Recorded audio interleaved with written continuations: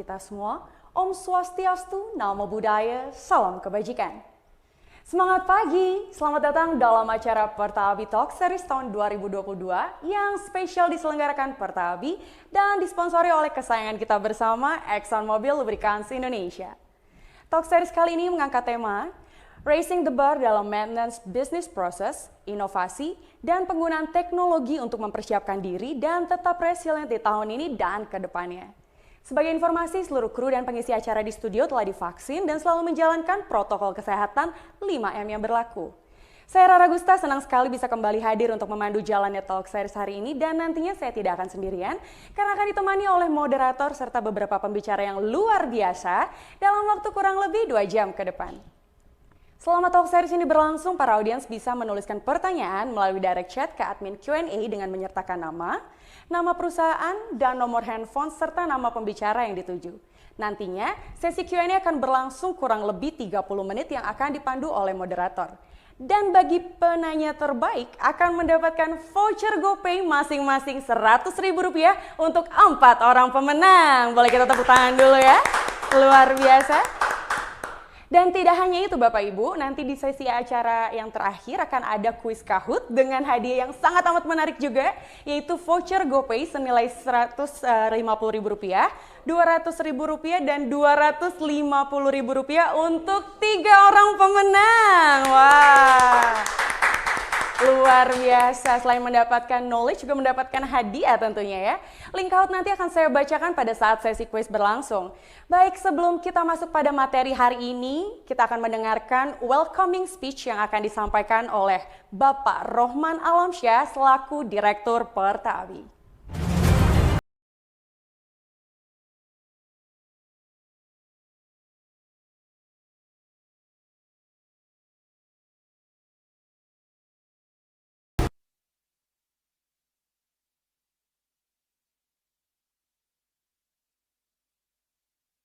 Penuh kemuliaan dan keberkahan untuk kita semua.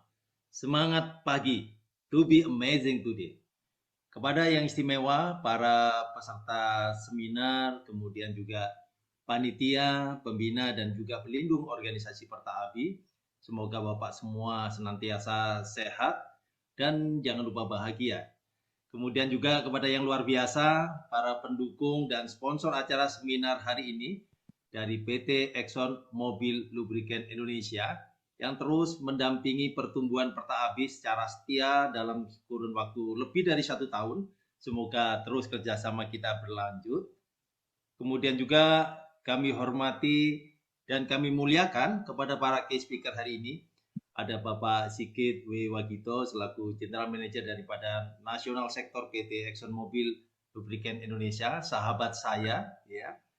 Kemudian juga Bapak Failasub, ya, ini juga salah satu guru maintenance proses Indonesia, yang mana dalam kesehariannya beliau adalah sebagai General Manager dari PT Adaro Services, salah satu perusahaan mining yang terbesar di negeri ini, yang hari ini akan melakukan dan memberikan sharing tentang knowledge ya kepada kita semua, suatu penghargaan yang sangat bernilai yang akan disampaikan oleh beliau. Kemudian juga kepada sahabat saya Bapak Widi Setia Wahyudi, beliau adalah Maintenance Development Expert dari PT Pama Persada Nusantara. Ini juga salah satu kontraktor terbesar di negeri ini, bahkan mungkin sekarang skopnya sudah Asia Tenggara. Semoga PT Pama selalu sukses. Kemudian tak lupa juga saya sampaikan kepada moderator hebat kita Bapak Tommy Nugrahanto Wisudawan ya, yang terus melead adanya event ini sehingga bisa memberikan manfaat yang besar bagi pertumbuhan para praktisi dan pemain mining di Indonesia.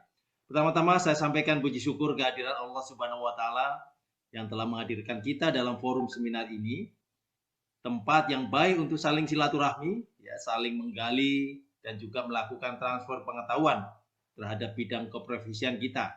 Kita bisa saling belajar dan bekerja sama untuk memberikan kontribusi yang maksimal dalam berkarya untuk bangsa dan manfaat lainnya.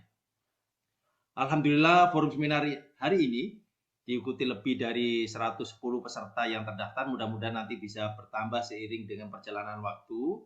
Dan juga berasal dari beberapa perusahaan di bidang pertambangan, ada juga dari konstruksi, ada juga dari perkebunan, ya. kemudian juga ada dari semua pemain-pemain alat berat Indonesia. Cukup ramai ya yang terdaftar. Semoga beliau semua bisa hadir. Berasal dari seluruh penjuru Nusantara, dari Sumatera hingga Papua. Ya, semoga bertemunya para peserta seminar dalam event ini dapat menghadirkan banyak insight, inspirasi, dan juga manfaat yang positif bagi pertumbuhan daya saing kita. Ya, tema webinar hari ini luar biasa, Mas Tommy sudah menyusun. Bahasanya keren, ya, mudah-mudahan kontennya juga luar biasa. Raising the bar dalam maintenance proses innovation dan juga penggunaan teknologi menuju pada resilience. Resilience itu adalah ketahanan ya pada semua kondisi dalam perjalanan waktu, baik sekarang, kemudian besok ataupun pada abad-abad mendatang. Ya, dengan pembicara yang sangat kompeten dan berkelas. Semua ini dipersembahkan buat para anggota Perta-Api dan juga pemerhati serta pelaku maintenance alat pertambangan yang ada di Indonesia. Ya, puji syukur juga bahwa melalui kerjasama dengan EMLI ini, ya, Exxon Mobil Lubricant Indonesia ini, kita telah banyak menyajikan knowledge dan juga innovation update dalam dunia maintenance pada semua bisnis prosesnya. Ya, baik terkait dengan strategi kita sudah pernah sajikan, kemudian juga manage people di sektor pertambangan kita juga pernah sajikan, ya. Bahkan sampai kepada manage bisnis financial aspect ini juga sudah pernah disajikan, ya, materinya luar biasa, termasuk juga innovation technology, kemudian safety resilient, ya, serta tentang pengetahuan apapun terkait dengan lubrikan, ya, yang itu sangat related dengan bisnis yang kita geluti. Termasuk juga materi supply chain, itu juga pernah dibawakan melalui kerjasama dengan PT Exxon Mobil Lubricant Indonesia. Ya, mudah-mudahan semua ini menjadi bekal bagi kita, semua para praktisi bisnis maupun para praktisi teknikal untuk maintenance alat berat, agar nanti final destination-nya adalah kita memiliki daya saing yang handal di sektor pertambangan, sehingga tidak perlu lagi mendatangkan tenaga kerja jauh-jauh, cukup dari anak bangsa kita gitu ya, yang bisa bermain menyajikan proses penambangan yang maju, berteknologi, ya, kemudian juga efisien, efektif, bisa menggemparkan dunia gitu, menjadi benchmarking. Baik, partisipasi aktif para praktisi maintenance yang luar biasa dan juga langkah lanjutan setelah event ini, saya harapkan bisa terus terjaga kemanfaatannya kapanpun, dimanapun, dan dalam bentuk apapun.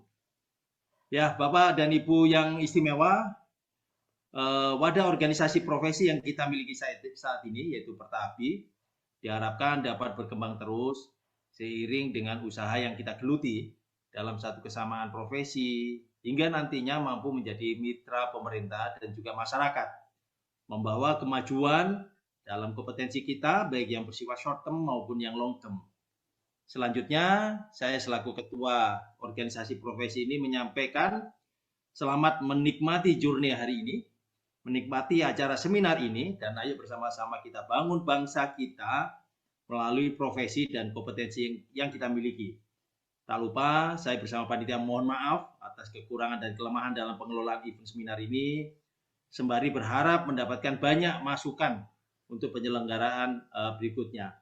Dan tak lupa saya ingatkan, nanti tanggal 10 November kita akan bertemu secara offline di Balikpapan, ya. Kita akan kaji strategi-strategi handal terhadap pertambangan. Silakan hadir para anggota daripada Perta-Api dan miliki semua ilmu yang ada, tingkatkan kompetensi supaya kita menjadi kebanggaan negeri ini. Demikian, selamat menikmati journey. Wassalamualaikum warahmatullahi wabarakatuh. Luar biasa. Assalamualaikum warahmatullahi wabarakatuh. Waalaikumsalam warahmatullahi wabarakatuh. Boleh kita berikan tepuk tangan yang meriah untuk Bapak Rohman. Terima kasih banyak untuk welcoming speech yang luar biasa dan membakar semangat ya pada pagi hari ini ya. Selanjutnya langsung saja akan kita dengarkan opening speech yang akan disampaikan oleh Bapak Sigit Wewagito selaku National Sector General Manager PT Exxon Mobil Lubricants Indonesia.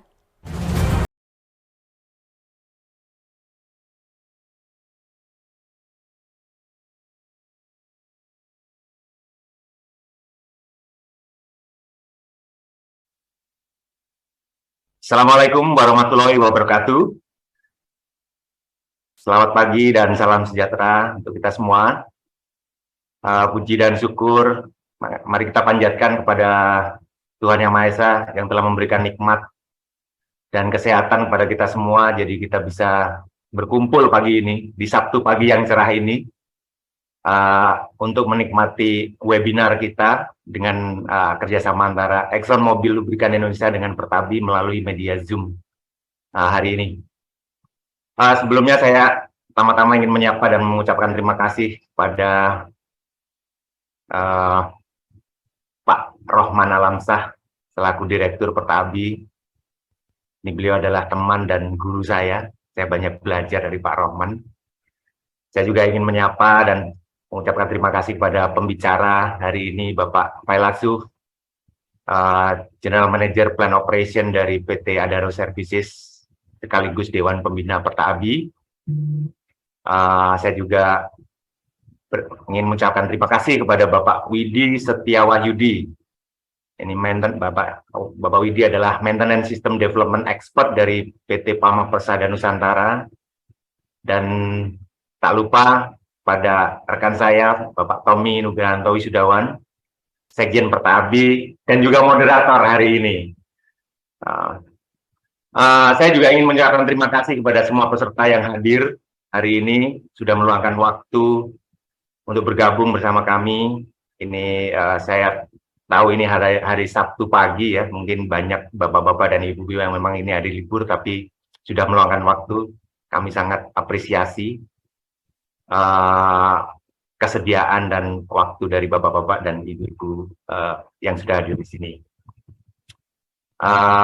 Selanjutnya, saya juga ingin mengucapkan terima kasih mewakili PT ExxonMobil Lubrikan Indonesia kepada Pertabi yang telah memberikan kesempatan kepada kami untuk bisa bekerja sama dan mendukung kegiatan Pertabi selama lebih dari setahun ini, memberikan kesempatan kepada kami untuk bisa berpartisipasi dalam semua aktivitas Pertabi di tahun ini. Harapannya tahun-tahun mendatang kami tetap bisa diberikan kesempatan yang sama, Pak Rohman.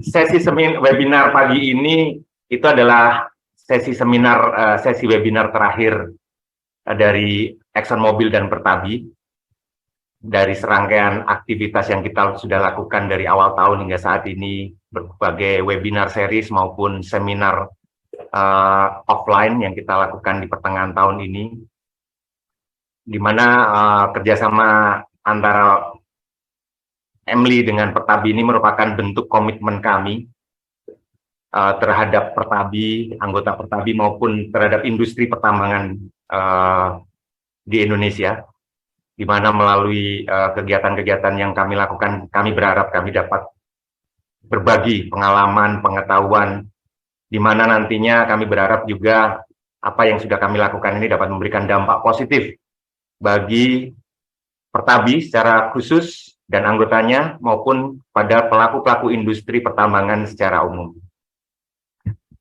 Tema seminar pagi ini sangat menarik menurut saya, yaitu Raising the Bar dalam Maintenance Business Proses, Inovasi, dan Penggunaan Teknologi untuk mempersiapkan diri dan tetap resilient di tahun ini dan ke depannya.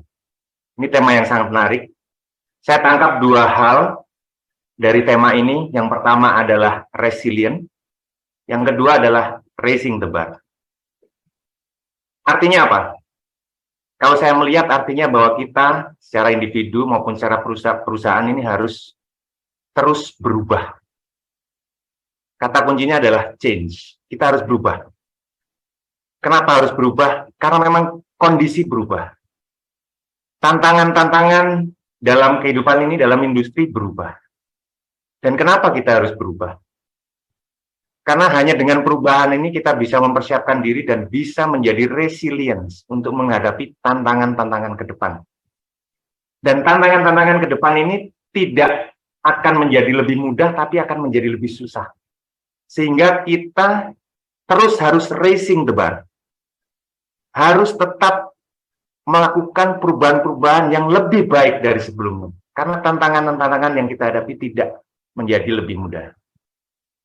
Nah, salah satu perubahan yang bisa kita lakukan adalah dalam hal maintenance, ya. Karena kita tahu maintenance ini adalah komponen utama dalam operasi perusahaan. Dan perubahan yang kita lakukan ini bisa berupa inovasi, perubahan dalam bisnis proses, maupun perubahan dalam penggunaan teknologi. Kita tahu belakangan ini penggunaan teknologi sudah menjadi hal yang penting, digitalisasi. Ya. Semua hal sekarang mengarah kepada digitalisasi, IIoT, dan lain-lainnya. Dan mau tidak mau kita juga harus menuju ke arah sana. Karena jika kita tidak berubah, maka kita akan tertinggal. Pilihannya cuman kita ikut dengan perubahan ini, terus berubah atau tertinggal. Ya. Kami sangat bersyukur pagi ini bisa dihadiri oleh pembicara-pembicara yang merupakan pakar-pakar di bidangnya. Jadi sesi pagi ini akan menjadi sangat menarik karena pembicara-pembicaranya tadi sudah disampaikan Pak Rohman adalah pakar-pakar yang memang sudah lama dan berpengalaman di bidang ini. Dan harapan kami adalah bahwa sesi pagi ini dapat menjadi sesi yang bermanfaat bagi bapak-bapak dan ibu-ibu semua, bagi kita semua di hari ini. Tidak lupa kami ingatkan bahwa ini adalah sesi yang interaktif. Jika ada pertanyaan, ini adalah kesempatan yang sangat mungkin langka ya, yang kita adakan supaya kami bisa berbagi pengetahuan, pengalaman kepada bapak-bapak dan ibu-ibu semua di sini.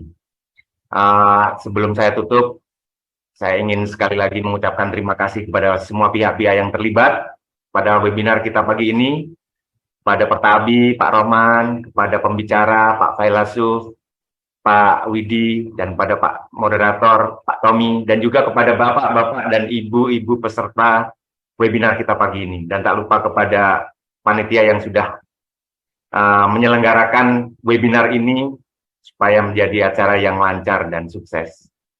Matur nuwun, terima kasih. Assalamualaikum warahmatullahi wabarakatuh. Waalaikumsalam warahmatullahi wabarakatuh. Terima kasih Pak Sigit atas sambutan yang luar biasa. Boleh diberikan tepuk tangan yang meriah spesial dari studio. Baik, langsung saja. Pasti sudah tidak sabar Bapak Ibu, karena seperti tadi sudah sedikit ada spoiler bahwa pembicara kita adalah pakar-pakar yang luar biasa. Maka itu izinkan saya untuk memperkenalkan moderator kita pada Pertabi Talk Series hari ini yang sudah tidak asing lagi, yaitu Bapak Tommy Nugrahanto Wisudawan selaku Sekjen Pertabi.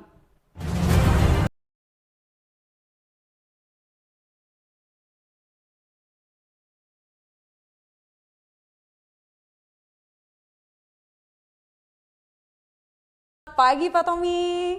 Pagi Mbak Rara, sehat Mbak Rara? Alhamdulillah sehat. Bapak gimana kabarnya? Waduh, saya bergemuruh ini hati saya ini dengar Wah, Pak Roman kenapa sama Pak Sigit bergemuruh Pak? tadi. Ada apa nih bergemuruh nih Pak? Membakar semangat ya, bener-bener ya, luar biasa. Betul sekali. Seperti yang tadi diketahui Bapak Ibu ya, ini moderatornya sudah siap sekali sepertinya. Sudah senyum Ya, dengan sumringahnya, dengan semangatnya. Kalau begitu Pak Tommy langsung saja. Bapak Tommy kami persilahkan. baik. Terima kasih Mbak Rara sebagai MC yang mengantarkan acara ini, gitu ya. Izinkan saya untuk memandu acara selanjutnya, sesi talk show series, dan nanti kita akan lanjut Q&A dengan pembicara-pembicara yang keren-keren hari ini ya. Jadi seperti yang sudah dimention sama Pak Rohman tadi, Pertabi sudah bekerja sama dengan PT Exxon Mobil Lubrikan Indonesia dalam mengadakan talk series sejak kurang lebih pertengahan tahun 2021 gitu ya. Dan dari mulai tahun itu Pertabi konsisten dengan tema resiliensi gitu ya, karena kami percaya bahwa resiliensi inilah yang akan menjadikan kita recover faster and recover stronger gitu kan ya. Temanya G20 pemerintah hari ini gitu. Dari situ kami juga sudah sharing nulis dari mulai hal yang sifatnya back to basic, dari sisi maintenance, safety, operasional, ada juga tentang komponen, kemarin juga kita sampaikan masalah tire, efisiensi, ada juga teknologi transformasi, termasuk finansial, dan juga kemarin kita sampaikan tentang sustainability atau ESG gitu. Hari ini di penghujung tahun ini gitu kan ya, kami hadir lagi nih untuk mem-wrap up semuanya nih, mem-wrap up semua materi dari yang sudah disampaikan di awal tahun 2022 hingga sekarang gitu kan ya. Dan kami akan pembicara-pembicara kita hari ini akan mem-wrap up semuanya terkait untuk sharing knowledge-nya dengan topik dengan keyword yang pasti powerful, yaitu raising the bar dan tetap resilient. Tahun ini, tahun depan dan seterusnya, gitu ya. Siap-siap teman-teman semuanya, kalau ada pertanyaan langsung ditanyakan di Q&A, dan tanpa lama-lama lagi, mari kita sambut pemateri pertama kita dari Dewan Pembina Pertaapi dan Plan General Manager PT Adaro Services, Bapak Failasuf.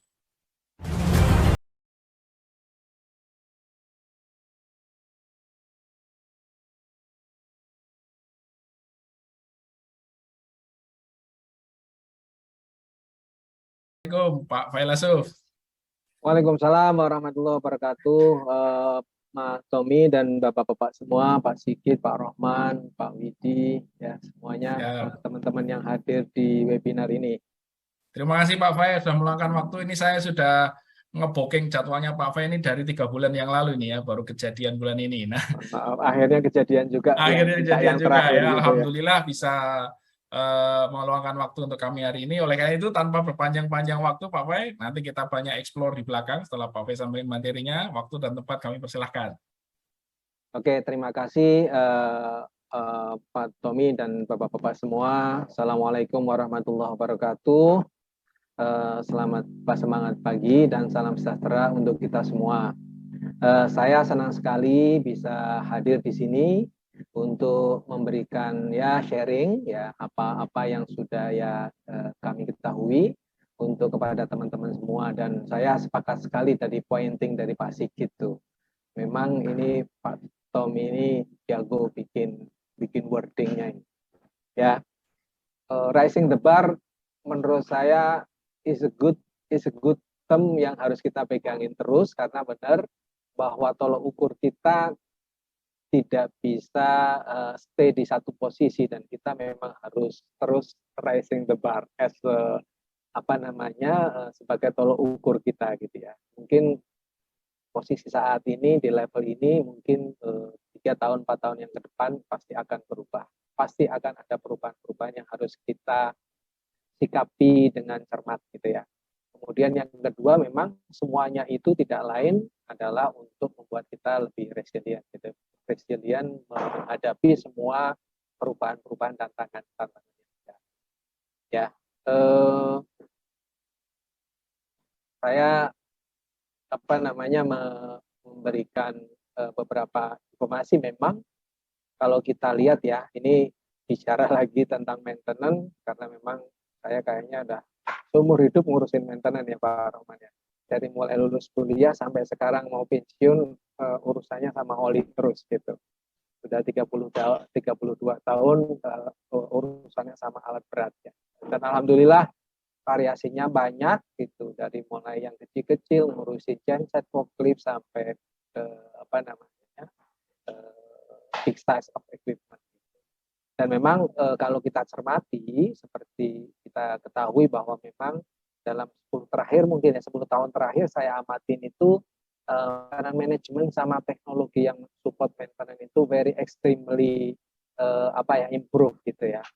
Ya mungkin tidak lain dan tidak bukan, ini memang didorong oleh kebutuhan operasional, which is mungkin sebagai coal producer, sebagai commodity producer, mineral dan lain-lain, memang dituntut untuk lebih efektif, efisien, sehingga bisa bertahan hidup bahkan ya.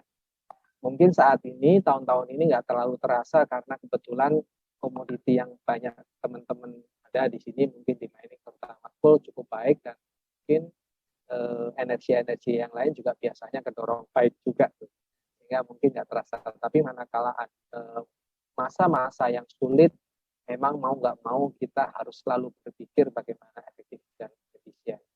Dan saya berharap memang Pertaapi ini menjadi salah satu driver secara nasional ya di Indonesia, bahwa bisa memberikan ya sedikit knowledge yang semoga sangat bermanfaat buat teman-teman semua dalam mengimplementasikan maintenance secara secara efektif, efisien sehingga menjadi kompetitif tadi gitu ya. Saya senang Pertahabi sudah sangat kontribut dalam hal ini, dan saya sepakat, saya juga personally selalu punya impian pingin menjadikan Indonesia ini atau orang-orang maintenance Indonesia itu have to be competitive with the other country. Ya terserang saya juga banyak bekerja dengan bule-bule begitu, dan saya ngerasa bahwa kita pasti nggak kalah kalau kita mau belajar, dan saya yakin justru orang Indonesia biasanya lebih ulet ya, lebih ulet karena dari kecil biasanya susah. Kalau orang bule-bule kan sudah dari kecil biasanya senang, sehingga kalau ngomong keuletannya kita harusnya punya modal lebih baik. Mungkin itu secara garis besar.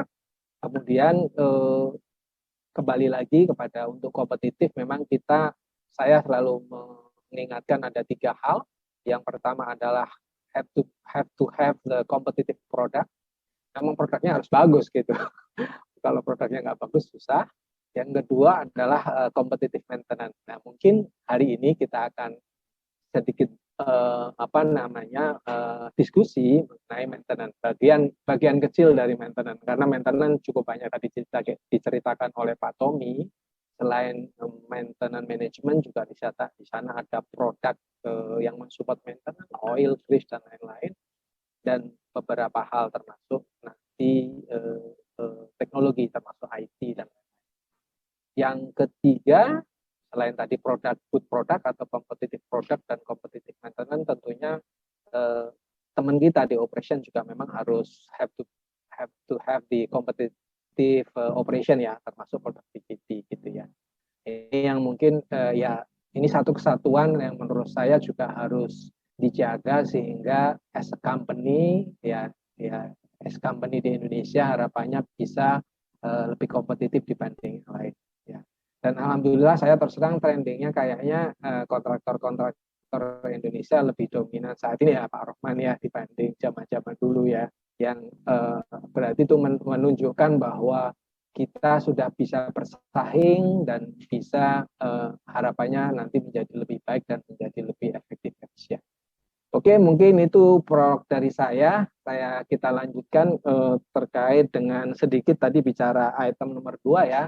Tadi item nomor 1 adalah produk, dan produk mungkin nanti di event lain kita bisa bicarakan lebih lanjut, dan saya pikir produk ini Pertahabi juga punya modal bahwa di organisasi Pertahabi juga ada distributor yang otomatis kita juga bisa dorong supaya mempunyai produk-produk yang lebih baik ya. Mungkin saya lanjutkan dari apa yang bisa saya sampaikan. Yang pertama, ini hanya just a reminder, saya pikir teman-teman semua sudah pasti familiar dengan ini.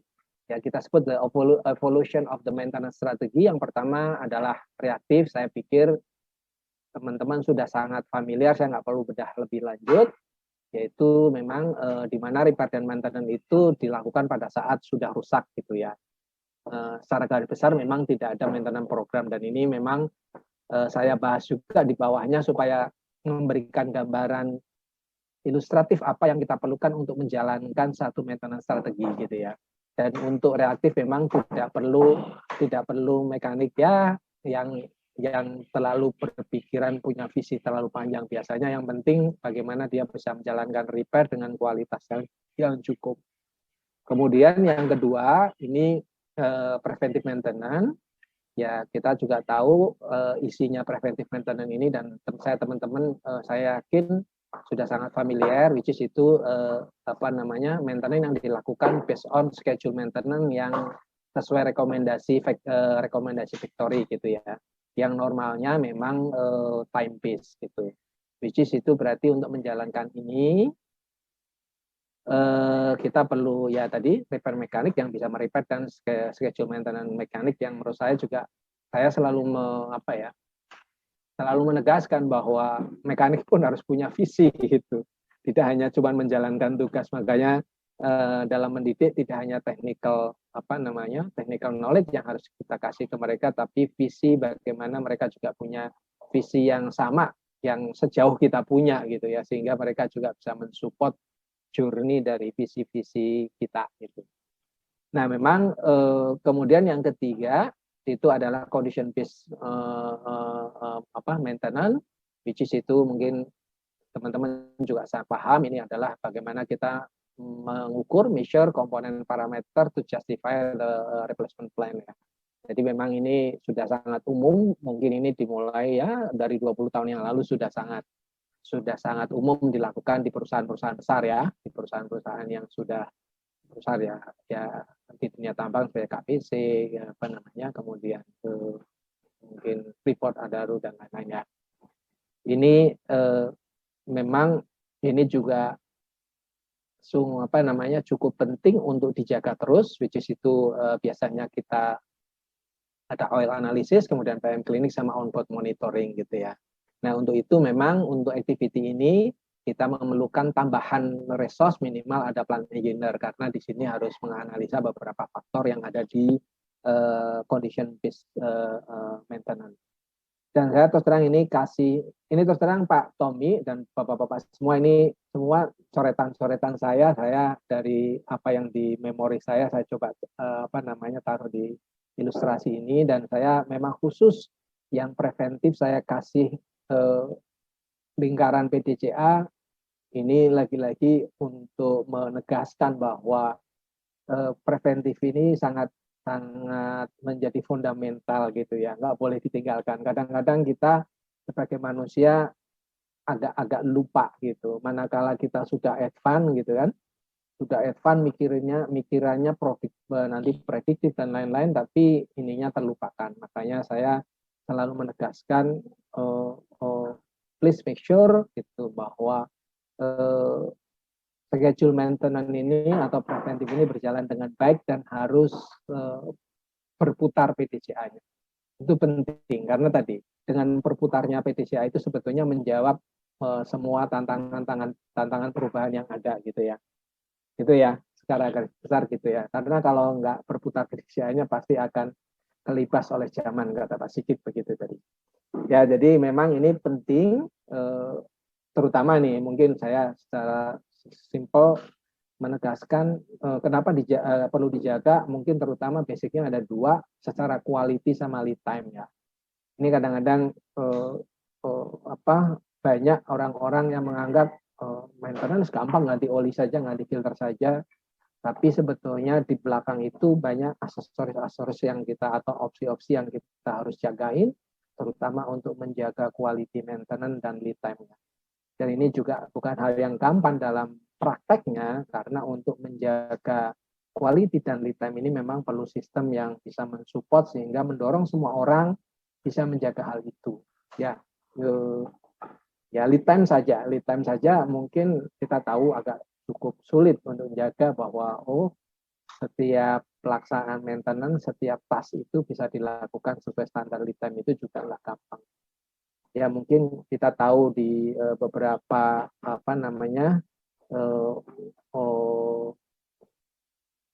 implementasi maintenance terutama di vehicle gitu, kayak di Honda, di Toyota dan lain-lain sudah berjalan dengan baik, tapi di tambang memang masih menjadi satu challenge yang tidak gampang.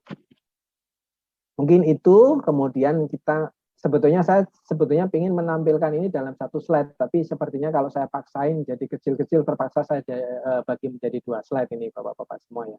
Mungkin next. Oke. Ini yang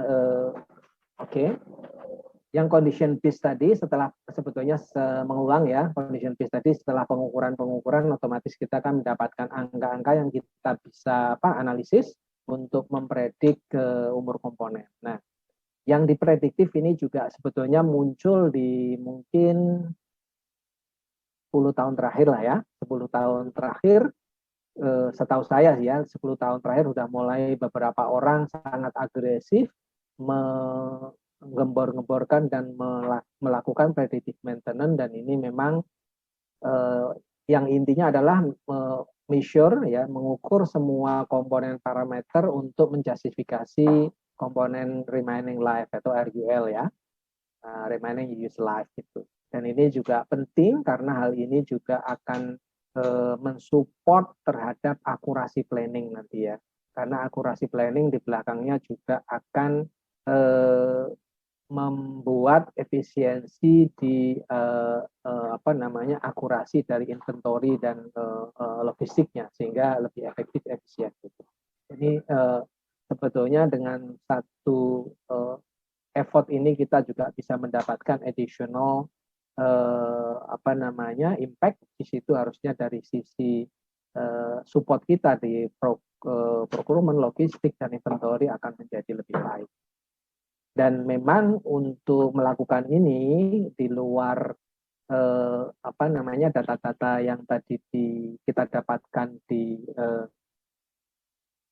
condition based maintenance, kita juga harus memang mulai berbicara tentang learning machine gitu ya, atau artificial intelligence ya. Makanya di sini saya sebutkan resource-nya memang menjadi bertambah, ada perlu orang IT karena biasanya orang plan juga tidak cukup kompeten untuk mengolah data gitu ya. Memang perlu orang lain lah untuk membantu kita. Secara logik kita mungkin punya bagaimana mengelolanya, tapi bagaimana mengolah datanya kita enggak, dan enggak bisa semuanya kita lakukan, makanya kita perlu IT.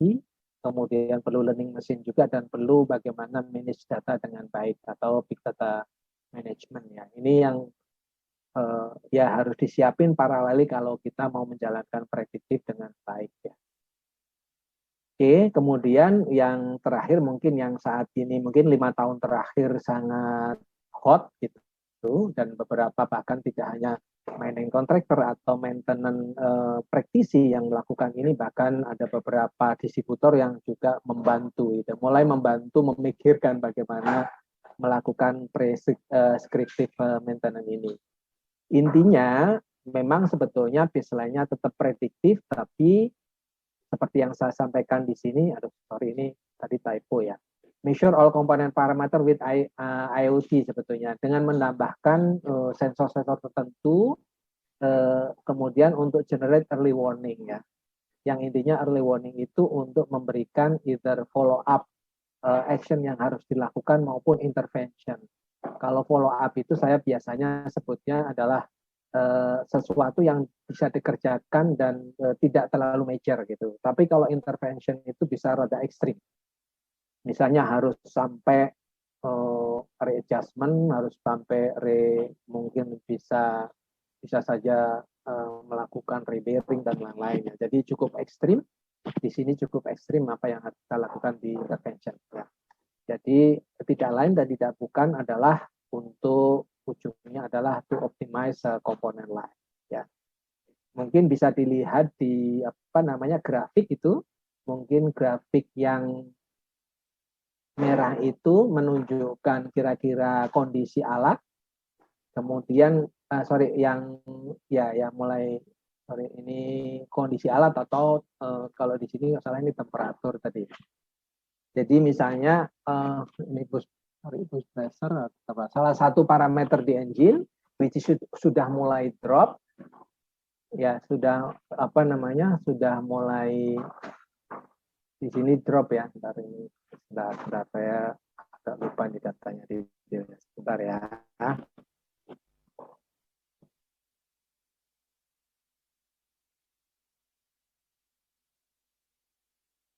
Oke, ya kelihatan. Oke, sorry, ini karena tulisannya nggak kelihatan, saya lupa ngambil croppingnya mana. Ini berbicara lupa ya. Berarti ini kelihatan bahwa pada saat, sudah cukup. Saya udah pakai screen kedua. Jadi kelihatan blue-by-nya naik, tapi sebetulnya kondisinya dari blue-by itu sudah menurun gitu kan. Tapi begitu kita ada rekomendasi, kemudian kita jalankan baik dalam bentuk tadi follow up dari sisi prediktif parameter yang ada maupun intervention yang kita lakukan, ini faktanya juga bisa membaik. Yang biru itu menunjukkan health score ya, tingkat kesehatan dari engine. Jadi sebetulnya pada saat posisi tertentu kalau kita take action itu kondisi kesehatan dari komponen itu juga bisa sangat membaik gitu. Dan ini data fakta ya, bukan simulasi. Jadi memang Ini menunjukkan bahwa dengan teknologi dan data yang ada, kita sebetulnya bisa berbuat lebih supaya bisa mengamankan komponen-komponen kita dan bisa menghasilkan komponen live yang lebih baik. Mungkin itu, terus bisa dikembalikan. Oke. Dan untuk itu memang saya specifically menggarisbawahi bahwa untuk menjalankan itu tidak hanya perlu plan engineer gitu, tapi perlu plan analytical engineer yang menurut saya harus lebih dalam, termasuk tahu persis bagaimana suatu komponen itu bekerja sehingga dia juga bisa memikirkan kira-kira intervention yang dilakukan seperti perlu apa sehingga bisa menjaga komponen itu bisa lebih baik ya. Oke, next mungkin. Oke. Kemudian saya hanya memberikan gambaran tadi dari cerita panjang saya itu ini adalah kira-kira apa namanya flow yang atau proses yang harus kita jalankan supaya kita bisa benar-benar menjadi tadi rising the bar. Saya pakai, sorry Pak Tommy, saya pakainya next level, tapi sama lah ya. Jadi kita intinya menaikkan standarisasi kita yang tadinya normatif, which is itu mungkin tadi apa namanya hanya schedule maintenance, predictive maintenance, kita memang harus sampai ke prescriptive maintenance. Dan mau nggak mau memang menurut saya sudah zamannya ya, sudah zamannya. Dan mungkin beberapa teman-teman tadi seperti yang IoT ya, itu juga sudah mulai dicoba, dijalankan. Ya mungkin kalau di tempat kita sih mungkin yang agak lebih mudah di misalnya water pump kan gampang tuh mengukur vibrasi bearing, temperatur bearing gitu mungkin lebih mudah sehingga kita bisa mendapatkan additional information terkait dengan kondisi inner komponen di komponen tersebut supaya bisa bereaksi lebih dini dan bisa mengoptimalkan komponen gitu ya.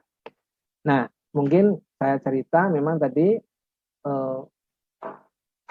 kita memang tidak jauh dari aset, dan aset itu memang apa namanya mau tidak mau juga harus support oleh supply chain ya. Tadi yang saya sebutin baik dari procurement, logistik maupun inventory memang harus mensupport kita. Dan ini sebenarnya ada putaran-putaran yang nanti akan menjadi siklus PTCA besar kalau saya ngomong.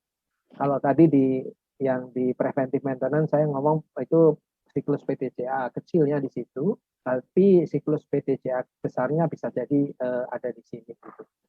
Di situ setelah disupport oleh supply chain memang kita juga teknologi kalau mau menjalankan preskriptif memang harus mulai berpikir IoT, which is itu menambahkan beberapa tambahan informasi karena informasi yang ada di unit saat ini bisa jadi tidak cukup gitu ya. Kemudian mungkin dijalankan, setelah dijalankan kemudian dipikirkan, kemudian dari dianalisis gitu ya, dianalitik bagaimana kondisinya sehingga keluar standarisasi baru atau parameter baru ataupun strategi baru. Nah, makanya ini yang mendorong planning and scheduling baru. Ini yang tadi saya sebutin, ini menjadi siklus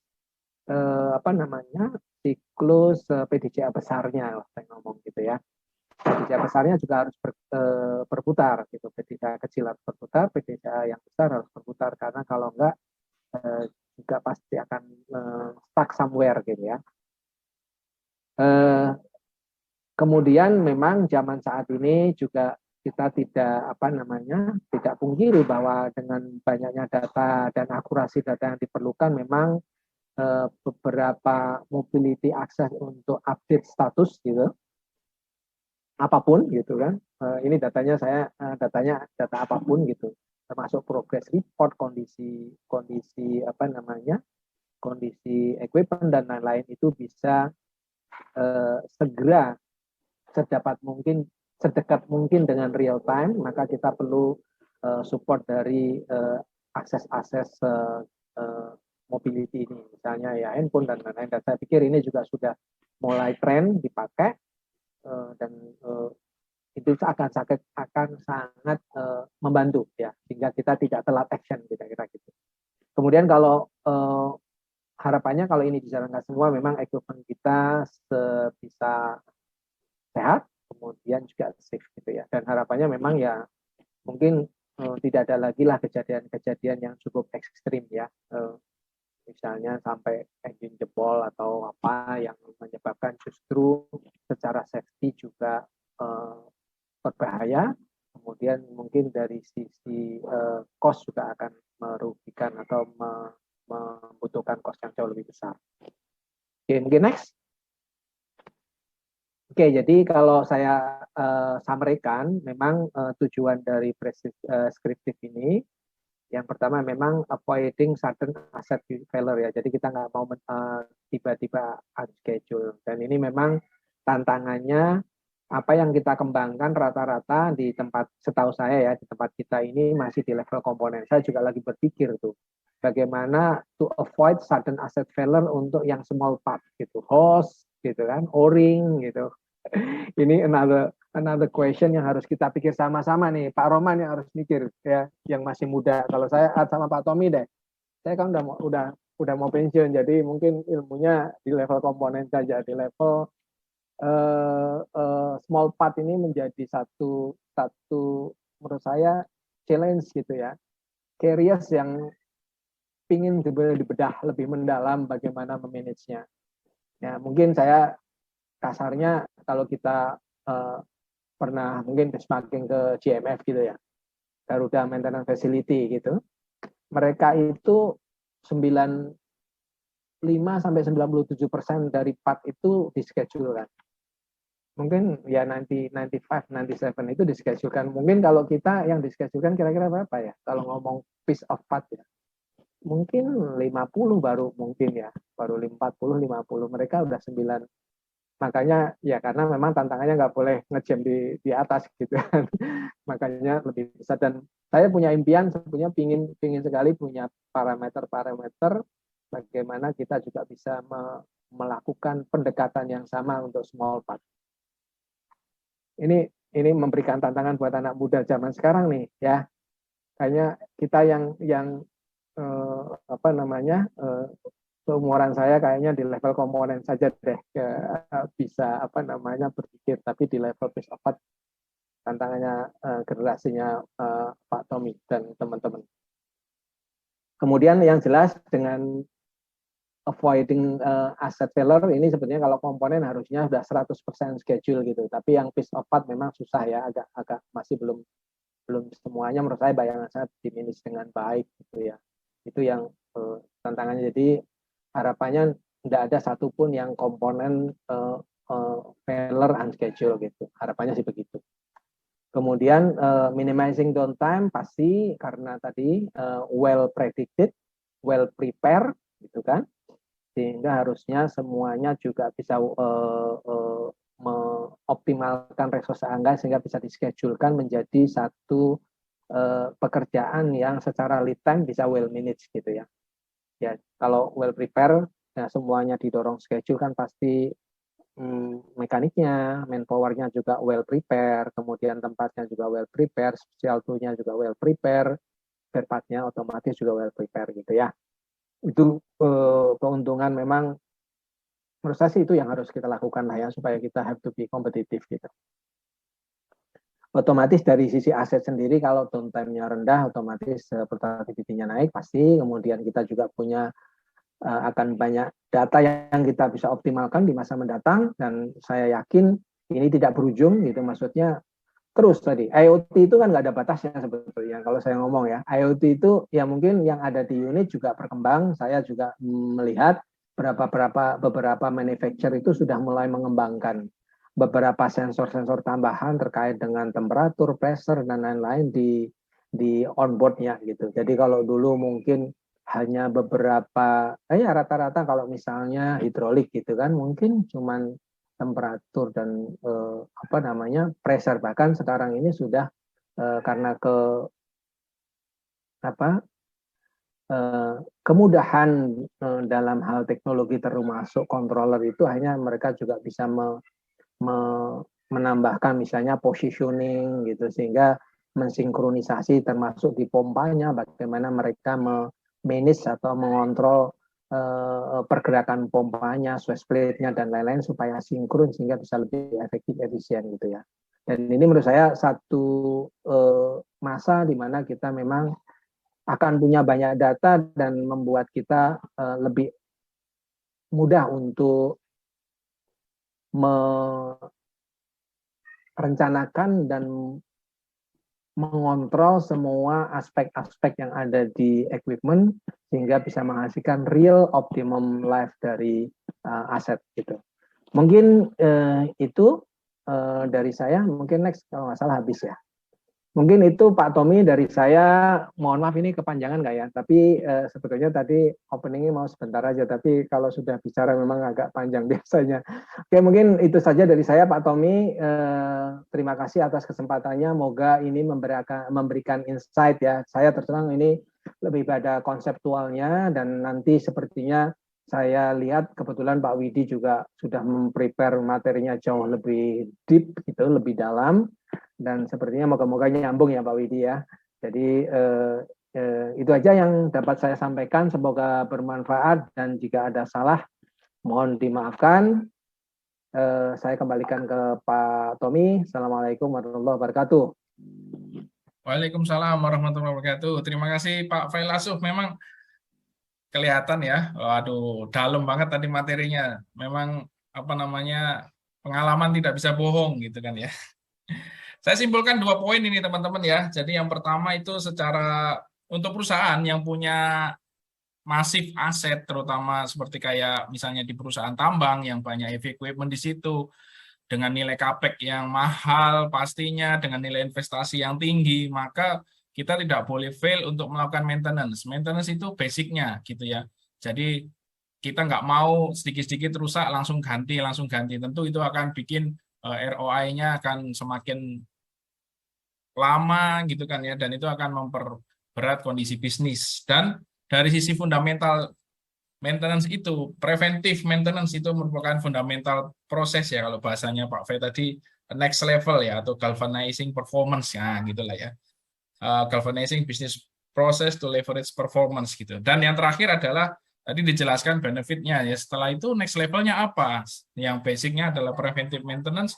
Next levelnya adalah prescriptive maintenance. Tadi sudah disampaikan ada 5 benefit yang ada di situ. Nah, itu pengantarnya untuk pagi hari ini, gitu ya. Tujuan utamanya adalah supaya aset yang dimiliki itu menghasilkan berdaya guna dengan optimal, gitu ya, menghasilkan return yang bagus. Gitu. Key poinnya dari yang disampaikan Pak Failasuf itu. Nah, teknis detailnya atau inovasi yang lain seperti apa yang bisa diimprove, kita bisa dengarkan pembicara yang kedua kita, yaitu Bapak Widi Setia. Silakan.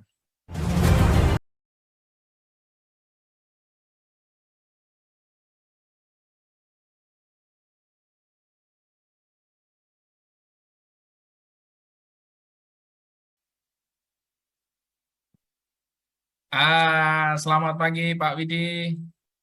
Pagi Pak. Iya. Ohayo gozaimasu gitu ya. Gimana Pak Widi? Ohayo gozaimasu. Iya. Karena ini masih jet lag atau sudah seger ya? Karena saya dengar baru landing nih dari Jepang ini. Betul Pak, masih jet lag ini Pak. Langsung disuruh ngisi ini. Iya, ini Pak Widi baru pulang belajar dari Jepang gitu ya. Terima kasih waktu yang sudah diluangkan loh, langsung saya booking gitu ya, untuk bisa sharing hasilnya apa yang didapatkan dari sana gitu. Oke, tanpa memperpanjang waktu lagi, kita dengarkan sharing dari Pak Widi. Silakan. Oke, terima kasih. Assalamualaikum warahmatullahi wabarakatuh. Semangat pagi Bapak-Bapak. Selamat pagi Pak Rohman, Pak Sigit, Pak Fai, Pak Tommy ya. Puji syukur kehadirat Allah SWT.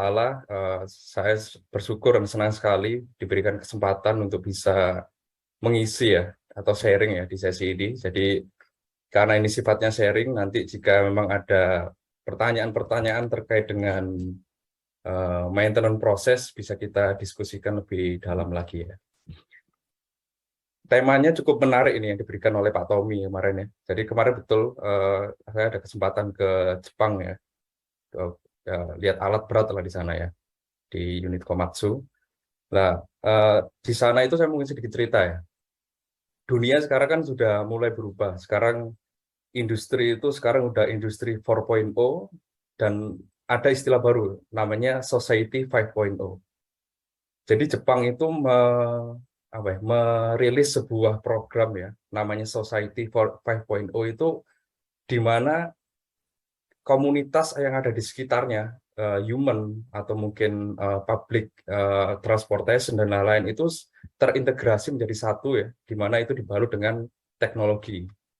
Nah, kemarin waktu saya sempat visit lah ya, beberapa tempat itu, saya lihat memang keseriusan Jepang ya untuk bisa merealisasikan itu.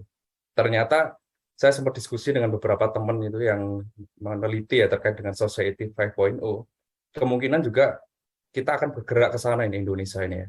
Ya harapannya mungkin Perta Api ini ya menjadi satu bagian yang terintegratif gitu supaya kita bisa benar-benar align ya dengan apa yang diharapkan di dunia ini. Kalau kita berbicara mengenai raising the bar in the maintenance process ya, innovation and technology adoption to maintain resilience in the future. Nah, ini menarik memang ya, resiliensi ya. Jadi kan maintenance proses itu adalah bagian dari sebuah proses bisnis ya. Kalau kita berbicara mengenai strategic management itu, sebenarnya maintenance proses ini bisa menciptakan SCA, Sustainability Competitive Advantage. Nah, Sustainability Competitive Advantage ini nanti yang perlu kita coba lihat sebenarnya apa yang perlu dipersiapkan. Terus bagaimana kita bisa mengadopsi teknologi yang begitu masif saat sekarang. Karena menurut saya, fundamental dari maintenance itu harus kuat terlebih dahulu sebelum kita bisa beralih ke fase berikutnya. Karena dengan adanya teknologi seperti big data, seperti machine learning, IoT, itu kita bisa mengambil insights terhadap data-data kita kalau kita benar-benar bisa memahami fundamental maintenance proses itu dengan baik. Mungkin itu bisa next slide, Pak. Ya, ini adalah beberapa konten ya. Mungkin tadi udah beberapa disampaikan oleh Pak Fai ya, terkait dengan maintenance strategi. Jadi mungkin saya akan membahas yang lebih spesifik lagi mungkin ya. Next, Pak. Ya, terkait dengan maintenance strategi. Next. Jadi ketika kita berbicara mengenai maintenance strategi, kita ketahui bahwa aset yang kita beli itu harganya sangat luar biasa mahal ya. Sehingga kita mengharapkan aset itu bisa optimal bekerjanya dengan downtime yang bisa kita minimize dan kita bisa mendapatkan productivity atau benefit yang lebih dari yang kita harapkan. Kenapa seperti itu? Karena kalau hitung-hitungan secara bisnis kan tentunya kita menginginkan aset yang kita beli itu payback period-nya lebih pendek ya, ROI-nya lebih besar sehingga kita bisa mendapatkan profitability yang lebih tebal gitu ya untuk bisnis. Sehingga perlu adanya balancing antara pengelolaan aset terhadap penggunaannya. Makanya kalau berbicara mengenai SAM ya, Strategic Asset Management itu kan ada 5 ya. Pertama itu bagaimana kita membeli atau mengakuisisi aset. Terus yang kedua itu bagaimana teman-teman operation itu mengoperasikan aset yang kita maintain. Yang ketiga bagaimana kita mengelolanya ya, atau maintenance-nya. Terus yang keempat itu adalah terkait dengan supply chain-nya, kesiapan spare part-nya, komponennya. Dan ketika aset itu sudah habis masa depresiasinya, mau kita apakan? Apakah kita dispose, ataukah kita rebuild lagi asetnya, sehingga itu bisa memberikan nilai tambah. Nah, itu adalah strategic asset management dalam bagian dari maintenance strategi. Nah, tentunya tadi yang seperti saya jelaskan di awal ya, bahwa fundamental dari maintenance strategi itu memang harus mendalam, harus kuat di situ sehingga kita bisa tahu ini bisa kita improve di mana nih terkait dengan SAM-nya, strategic asset maintenance management-nya.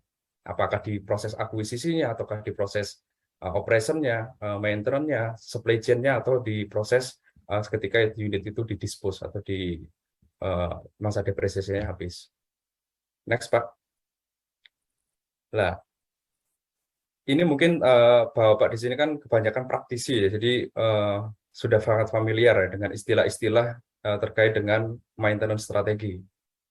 Jadi kebetulan saya dipamakan di bagian menyusun maintenance strategi itu. Jadi saya diberi kesempatan itu untuk nyoba-nyoba ini cobalah saya pengen aplikasikan lean maintenance atau RCM, TPM gitu ya. Atau mungkin waktu terakhir kemarin saya implementasi Six Sigma ya, Lean Six Sigma. Nah, setelah uji coba ya beberapa metodologi maintenance, memang masing-masing metodologi maintenance ini memiliki plus minusnya masing-masing menurut saya. Tapi pada ujungnya memang masing-masing metodologi maintenance ini kan kita berharap bisa menjadi world class maintenance ya. Maintenance yang diakui secara dunia lah. Kalau di organisasi maintenance namanya CMRP ya. Jadi Society of Reliability Maintenance Practitioner. Nah, jadi di asosiasi maintenance di dunia itu sebenarnya udah ada steppingnya, ada tahapannya. Bagaimana organisasi itu dikatakan world class maintenance-nya.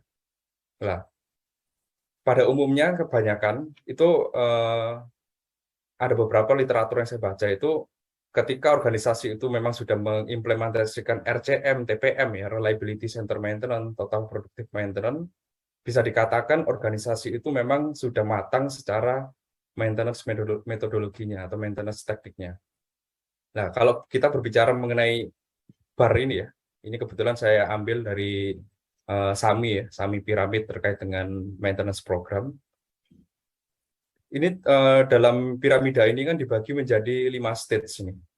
Pertama, harus kuat dalam plan maintenance-nya, terus bagaimana mengarah ke proactive maintenance, terus bagaimana itu harus didukung dengan organisasi yang excellent ya, makanya di sini muncul lean maintenance dan TPM. Terus tentunya ketika organisasi maintenance sudah established dengan baik, akhirnya diperlukan kehandalan sebuah sistem atau kehandalan komponen, sehingga ketika kita bisa mengimplementasikan metodologi-metodologi ini dengan sangat baik, itu harusnya bisa menciptakan sustainability competitive advantage, di mana kinerja dari aset yang kita kelola itu benar-benar bisa maksimal.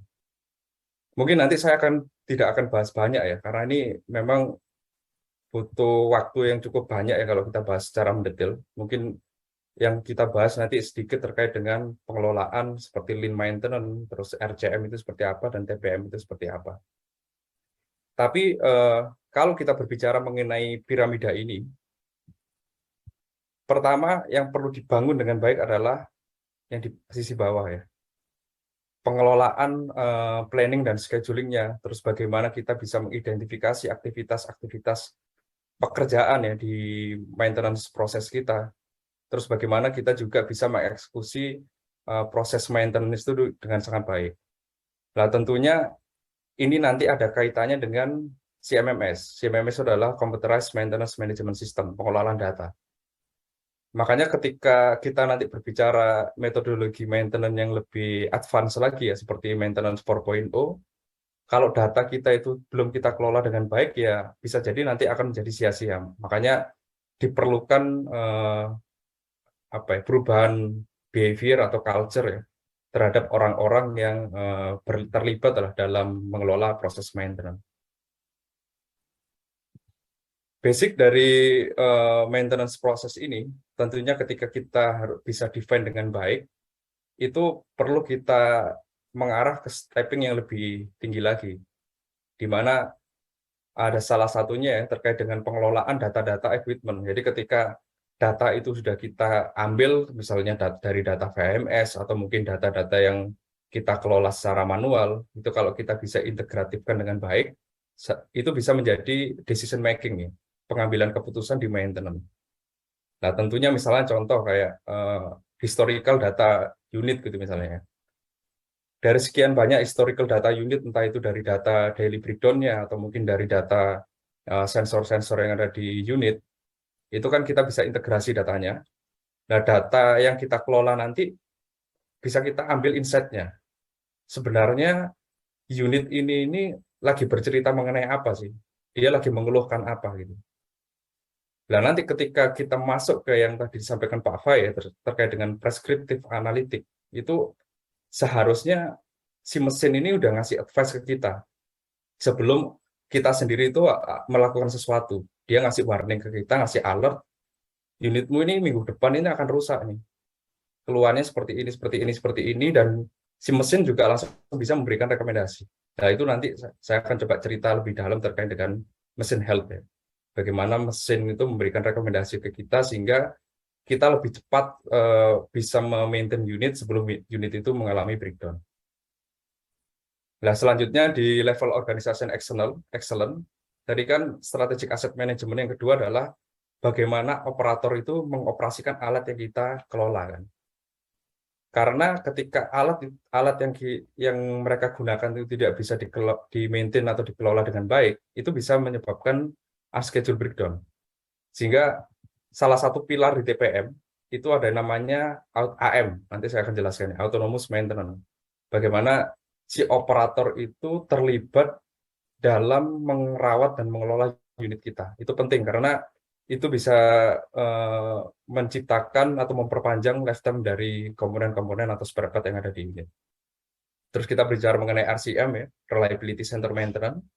Jadi kalau secara definisi kan RCM ya, Reliability Center Maintenance itu kan kalau berdasarkan SAE JA 1011 itu kan bagaimana kita itu menentukan tipe maintenance yang tepat seperti apa, apakah mau di hard time atau mau di on condition atau condition monitoring ya, menggunakan tool-tool prediktif untuk memutuskan tipe maintenance yang tepat supaya aset itu bisa berfungsi sesuai dengan fungsi yang diharapkan oleh usernya.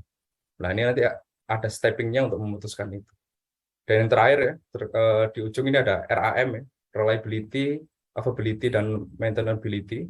Jadi tool analisis ini juga bisa kita pakai untuk bisa membikinkan formulasi itu. Reliability asetnya seperti apa, nanti ada toolnya namanya reliability block diagram ya. Kita pecah semua komponen dalam unit itu menjadi satu-satu struktur block diagram, terus kita hitung reliability-nya masing-masing komponen, terus bagaimana availability-nya ya dari komponen tersebut, dan maintainability-nya seperti apa. Bagaimana umurnya, bagaimana waktu untuk merawatnya perlu kita ukur dan kita jadikan dalam suatu formulasi. Next, Pak. Nah, tadi saya sempat menyinggung dua hal ya, yang terkait dengan RCM, Reliability Center Maintenance, dan Total Productive Maintenance. Di kebanyakan di dunia maintenance ya, ini yang paling sering diimplementasikan sepertinya ya, RCM dan TPM. Nah, RCM dan TPM dari beberapa jurnal dan literatur yang saya baca, ini sebenarnya satu step lagi untuk menuju world class maintenance. Nah, RCM dan TPM ini ketika dibangun dengan baik ya, kalau TPM ini nanti ada 8 pilar TPM ya, yang harus dipenuhi aktiviti-aktivitinya, sedangkan RCM, Reliability Center Maintenance, ini ada 7 langkah untuk bisa kita memutuskan tipe maintenance yang tepat untuk setiap aset yang kita kelola. Makanya setiap aset yang kita beli, yang kita manage, itu kan perlu diambil keputusan ya. Bisa jadi memang manufaktur ya, melalui shop manual dan OMM sudah memberikan rekomendasi. Tapi kita sebagai user itu kan lebih tahu ya, sebenarnya pengaplikasiannya seperti apa, standarnya yang kita harapkan seperti apa, sehingga kita bisa melakukan modifikasi seharusnya tipe maintenance yang tepat seperti apa, menurut dengan standar kajian di RCM. Nah, next Pak. Nah, detailnya seperti ini. Jadi TPM dan RCM, Total Productive Maintenance dan Reliability Center Maintenance, ini ada beberapa activity yang harus dilakukan. Ini sebenarnya kalau dibahas singkat sih nggak cukup. Biasanya saya ngasih workshop itu 3 hari ya terkait dengan RCM. Jadi TPM, Total Productive Maintenance, itu salah satu pilar yang menurut saya pribadi ya, itu sangat powerful, itu terkait dengan autonomous maintenance. Jadi pilar autonomous maintenance ini bagaimana kita melibatkan teman-teman operator ya, untuk bisa merawat dan mengelola unit yang mereka operasikan. Misalnya ada operator HD. Gitu. Operator HD ini harus memiliki ownership ya, untuk merawat atau mengelola unitnya dengan baik. Minimal contoh yang simple, ketika naik ke unit, mereka karena memiliki ke unitnya, mereka bersih-bersih kabinnya, atau mereka itu ketika mengoperasikan unitnya itu bisa menurunkan miss operasinya ya, misalnya brake cooling overheat atau engine overrun, itu mereka turunkan, sehingga kalau case-case seperti itu bisa kita turunkan, kita bisa merubah habit operatornya dengan baik, itu umur atau lifetime komponen kita itu bisa lebih tinggi, didukung dengan activity maintenance kita lakukan. Nah, activity maintenance yang kita lakukan adalah di RCM-nya, di Reliability Center Maintenance-nya. Jadi di RCM ini juga kita nanti harus kita tentukan ya, berdasarkan 7 pertanyaan dasar di RCM. Di sini ada 7 ya, bagaimana kita mengidentifikasi fungsi dari sebuah komponennya, terus kita harus bisa mengidentifikasi dengan jelas bagaimana kegagalan fungsinya, aset yang kita kelola itu dianggap gagal itu seperti apa. Misalnya kalau di unit kita di alat berat gitu kan, ada host gitu ya. Host itu dikatakan gagal itu seperti apa? Nah, ada pendekatannya namanya PF interval, potential to failure interval. Dari host itu mulai getas, mulai muncul rembes sampai dia bocor, perlu beberapa hari. Nah, kalau kita bisa identifikasi dengan baik, kita bisa tentukan waktu inspeksi yang tepatnya kapan. Nah, itu bisa kita masukkan ke PF interval, potential to failure interval.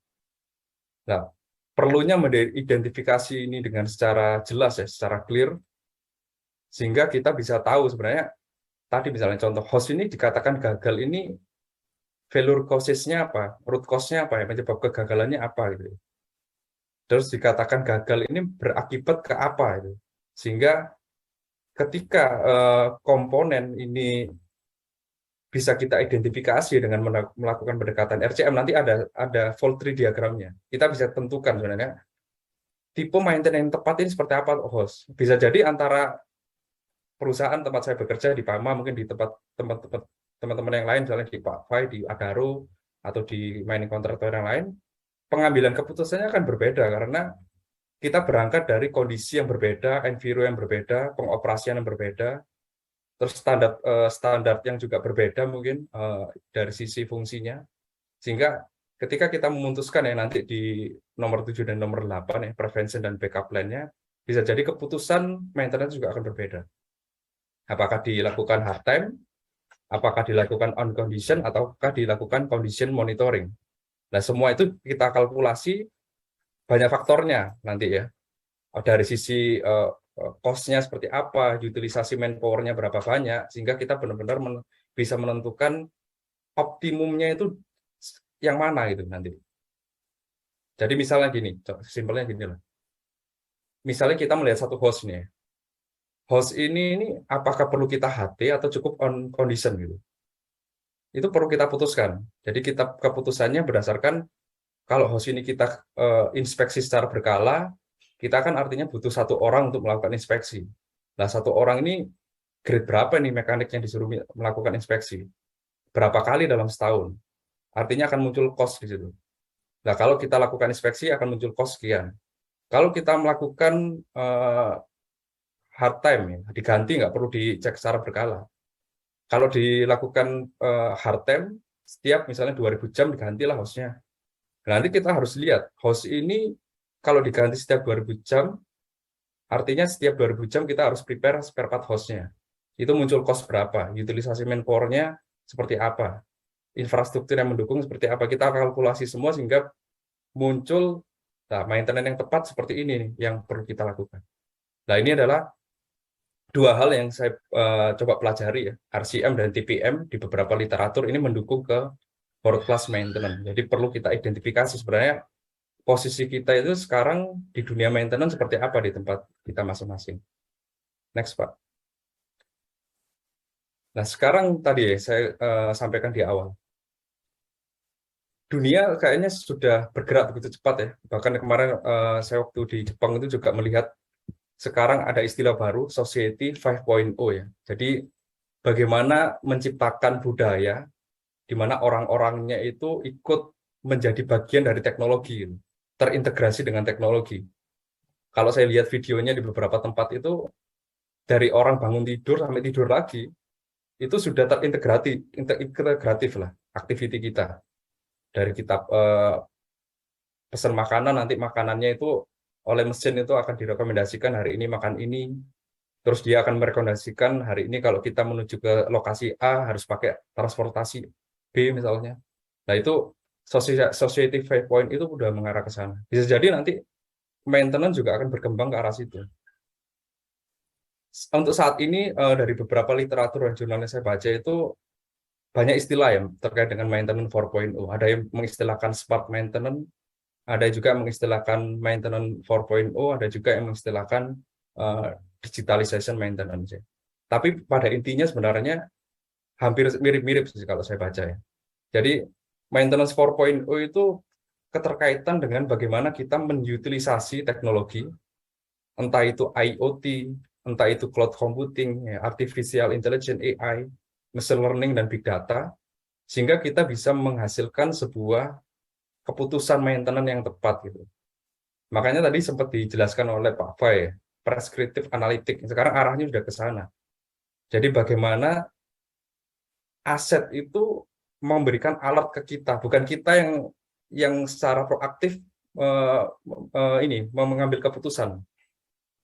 Jadi kalau sekarang kan kebanyakan proses maintenance kita itu kan kita yang ambil keputusan ya, mau diapakan, terus HM sekian itu harus diganti ini dan yang lain-lain itu kita ya. Tapi kalau kita berbicara mengenai prescriptive maintenance itu asetnya yang ngasih atau mesinnya itu yang ngasih rekomendasi kita harus apa. Next Pak. Nah ini. Jadi maintenance 4.0 itu mengintegrasikan semua data tadi ya, makanya di pondasi awal ya terkait dengan piramida SAMI maintenance tadi. Kita harus kuat dulu ini di pengelolaannya. Makanya untuk mengurangi human error, kalau bisa digitalisasi ya digitalisasi semua itu unit-unit yang ada di tempat kita gitu. Jadi kita konekkan ya, mengkonekkan equipment yang kita punya sehingga kita bisa mendapatkan real time monitoring ya. Dan kita bisa melakukan prediksi aset ini mau seperti apa ya pengelolaannya atau proses maintenance-nya, dan bisa memberikan alert. Ini yang penting. Jangan sampai cuma bisa memberikan prediksi tapi tidak bisa memberikan alert ke kita bahwa kondisi kesehatan mesin ini lagi jelek lah atau lagi warna merah, itu harus auto alert itu ke tempat kita sehingga kita bisa melakukan pengambilan keputusan. Dan pengambilan keputusan bukan lagi di kita, bukan lagi di orang, tapi di mesinnya yang memberikan keputusan ke kita. Next. Nah ini tadi udah banyak dibahas ya, next. Nah preskriptif, jadi kalau kita berbicara yang reaktif, preventif, dan prediktif, nah kalau sekarang preskriptif ini mesin ini yang menentukan maintenance-nya harusnya seperti apa gitu. Nah, ini ada keterlibatan tadi ya, AI, terus big data, machine learning, dan lain-lain. Next. Nah, benefit-nya tadi udah banyak dibahas ya. Tentunya ketika aset yang kita kelola itu optimal, ya breakdown-nya semakin sedikit, harusnya produksinya juga semakin membaik ya. Dan ketika pengelolaannya itu semakin baik, biaya terkait dengan spare part dan lain-lainnya juga semakin kecil karena kita bisa memperpanjang umur komponen. Next one. Nah, ini adalah contoh-contoh yang sempat kami implementasikan ya. Next. Sebenarnya tadi, berangkatnya itu adalah dari pondasi maintenance-nya. Jadi, sebenarnya RCM dan TPM itu di PAMA sudah terimplementasi cukup lama ya. Sehingga dari situ, kita bisa integratifkan dengan pengelolaan, waktu itu ada teknologi big data yang kita implementasikan. Logical thinking-nya pada saat itu sederhana sebenarnya. Jadi pada waktu itu kita lihatlah dari data-data yang ada ya. Saya lihat waktu itu ternyata kan dari data Kemenkes itu penyebab kematian tertinggi itu akibat stroke dan jantung waktu itu tahun 2014. Ya pada saat itu suddenly death gitu ya. Tahu-tahu meninggal karena penyakit ini. Nah, padahal kita kan bisa memitigasi ini dengan cara melakukan medical check up gitu. Sehingga pada saat itu muncul pemikiran, harusnya kalau orang itu di medical check up secara teratur, kita bisa memitigasi lebih awal. Kita bisa bikin sistem ini untuk bisa melakukan medical check up ke unit kita. Saya ibaratkan alat berat itu kayak manusia gitu, perlu adanya MCU, perlu adanya medical check up. yang bisa ngasih alert kita secara real time dan bisa ngasih rekomendasi dan keputusan harus seperti apa. Next, Pak. Nah ini, jadi pada saat itu kita create system. Jadi kita bikin mesin health ya. Jadi kita kasih kesehatan masing-masing alat berat kita, unit kita, satu persatu per kode number-nya. Jadi kode number A itu kesehatannya sekian, kode number B sekian, dan tentunya tidak hanya kesehatan unit yang kita tangkap ya di unit itu, tapi kesehatan unit ini dari mesin kita itu ngasih alert ke kita. Pak, unit A ini minggu depan itu kesehatannya sekian nih, harus melakukan A, B, C, D, E. Jadi kita setting itu leading dan lagging indikatornya. Nah, ini beberapa contohnya. Next. Nah, untuk operator health sama ya. Tadi kan berasal dari TPM ya, Total Predictive Maintenance. Bagaimana keterlibatan operator itu bisa mengelola dan merawat unit kita sehingga umur aset kita juga bisa lebih panjang. Logical thinking-nya pada saat itu juga sederhana. Kita melihat fenomena yang ada di sekitar kita. Jadi pada saat itu kan hangat-hangatnya tilang ya, tilang elektronik itu kan. Jadi pengemudi atau driver itu tahu-tahu waktu kita mau perpanjang SPT atau perpanjang pajak itu kita dapat list nih. Oh, kita melakukan ini sehingga pengaruh ke pembayaran pajaknya gitu.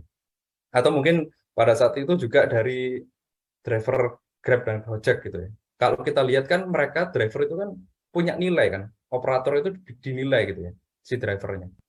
Nah, berangkat dari situ kita coba integratifkan dengan teknologi kita yang kita punya gitu. Jadi contohnya kalau di Skanan itu pada saat itu ada trouble yang cukup sering terjadi lah, trouble break. Ternyata break ini tinggi karena break cooling itu sering overheat ini. Nah, kita tarik lagi ini root cause-nya di mana? Ternyata banyak operator-operator itu yang dia itu mengoperasikan unitnya itu tidak sesuai dengan standar pengoperasian. Lah, berangkat dari sini akhirnya kita coba cari cara, ini kayaknya bisa kita nilai nih operatornya. Coba next, Pak. Nah, kita bikin sistem di mana kita menilai per masing-masing operator, kita identifikasi ya dari pengelolaan data kita. Jadi kalau operator A melakukan misoperasi ini, nanti akan muncul kesehatan operatornya sekian. Sehingga ini nanti akan align semua dengan proses maintenance, sehingga bisa mendukung proses pengelolaan unitnya, dan harapannya memang umur aset kita bisa lebih panjang. Dan dalam sistem yang kita create ini juga, kita tidak hanya mengetahui operator ini kesehatan unitnya berapa, tapi kita juga tahu misoperasinya itu terjadi di lokasi mana, kejadiannya kapan, jam berapa, sehingga ketika kita melakukan follow up itu kita bisa lebih detail lagi itu ke mereka gitu. Sehingga pada saat itu memang follow up-nya cukup kenceng dan performanya juga sangat baik lah, behavior-nya meningkat dengan baik. Ini lagi-lagi ini kita menggunakan teknologi ya, smart maintenance atau maintenance 4.0 yang kita integratifkan dengan pengelolaan data, terus dengan fundamental maintenance yang cukup bagus ya, sehingga kita bisa tarik datanya dengan secara optimal. Next, Pak. Nah, ini contoh lain misalnya di kegiatan activity service itu ya. Service itu juga bisa kita kelola gitu ya. Jadi service A, tim B kita nilai ya kesehatan servisnya lah, kesehatan mekaniknya. Sehingga kita bisa ambil keputusan mau seperti apa gitu. Next. Nah, semua ini sebenarnya dalam istilah manajemen itu ada istilah gamification. Jadi kita bisa mengimprove dari suatu performance itu dengan membuat sebuah sistem ya, di mana sistem itu bisa menilai ya, kalau di sini kami nilai kesehatan unitnya, kesehatan operatornya, sama kesehatan mekaniknya, sehingga ini align dengan holistic strategiknya, maintenance strategik yang ada. Sehingga ini bisa boost performance dan performanya bisa menjadi lebih baik. Next. Ya, pada saat itu memang tadi yang sudah kita implementasikan, impact-nya juga cukup bagus ya, secara performance PA, BSM, TBF itu naik pada saat itu ya, ketika kita mengimplementasikan itu. Terus komponen lifetime, RM cost-nya juga bisa kita manage dengan baik ya. bisa kita handle dengan baik dan service quality-nya juga meningkat. Ini kebetulan improvement tadi juga kita presentasikan pada saat itu ke Astra ya, dan cukup mendapat apresiasi. Next. Nah, biasanya memang ketika saya menguji coba strategi itu, pada akhirnya itu strategi udah dijalankan selama 3 atau 4 tahun, terus kita harus uji sebenarnya strategi ini mateng apa enggak sih, tervalidasi apa enggak. Next, Pak. Nah, ini saya coba ya, uji, tadi kan ada big data, ada proses, sesuai dengan temanya, ada inovasi, terus ada proses gamifikasi, itu coba saya uji data-data ini ya. Waktu itu saya coba uji ke beberapa expert lah di alat berat ya, ke 119 expert ya, alat berat, apakah memang big data itu berimpact positif ini terhadap kinerja kita atau kinerja perusahaan. Next, Pak. Kesimpulannya singkatnya ini positif ya. Jadi memang pengelolaan big data, terus pengelolaan inovasi, terus pengelolaan gamifikasi tadi, kalau kita bisa create dengan baik, itu bisa mendorong performa kita, sehingga ketika saya memvalidasi ini, saya semakin yakin bahwa ini bisa kita implementasikan dan bisa kita kembangkan di aspek-aspek maintenance proses. Next, Pak. Ini sama, next saja, Pak. Ya, ini terkait innovation dan gamification. Oke, mungkin itu cukup, Pak ya. Presentasi dari saya. Ya, terakhir ya, ini ada quote yang cukup menarik menurut saya. Inovasi itu memang datang ketika kita bisa merecombining ya, existing teknologi dan different perspective in innovation way. Jadi fundamental teknologinya dan bagaimana cara berpikir inovatif kalau kita bisa create dengan baik dengan menggunakan bantuan teknologi, itu bisa meningkatkan kinerja kita secara maksimal. Next. Oke, baik. Terima kasih atas kesempatannya. Mungkin ada yang ingin didiskusikan. Terima kasih, Pak Tommy. Terima kasih Pak Widi. Wah, memang cocok ini. Memang kita harusnya workshop 3 hari ya Pak Widi ya. Nanti kita arrange ya, Pertapi nanti Pak Widi nanti jadi ininya, pematerinya ya. Saya tertarik sekali tadi saya pikir nggak perlu disimpulkan, teman-teman sudah disimpulkan, tapi saya catat 2 hal, yaitu adalah SAM tadi ya, Strategic Asset Management. Yang perlu kita ketahui adalah mana yang paling cocok dengan perusahaan masing-masing, gitu kan ya. Bisa jadi itu cocok di perusahaannya Pak Widi, misalnya di Pama, tapi mungkin di perusahaan yang lain perlu ada sedikit kombinasi. Sama yang terakhir tadi tertarik saya adalah setiap melakukan improvement itu harus diawalin dengan logical thinking-nya, gitu. Termasuk nanti membuat hal itu jadi menarik. Kadang improvement itu nggak sustain karena membosankan gitu. Nah, ketika dikombin dengan yang namanya gamification, hasilnya pasti luar biasa sekali gitu ya. Dan saya yakin sebenarnya gamification ini banyak yang juga sudah menggunakan. Tinggal dielaborasi jadi sistemik atau sporadis gitu kan ya. Oke. Sekarang kita masuk ke sesi tanya jawab. Ini udah banyak pertanyaan yang masuk gitu ya. Mohon izin karena keterbatasan waktu, jadi saya yang pilihkan ya, gitu. Jadi yang pertama dulu ini untuk pertanyaan-pertanyaan yang datang untuk ke Pak Failasuf gitu ya.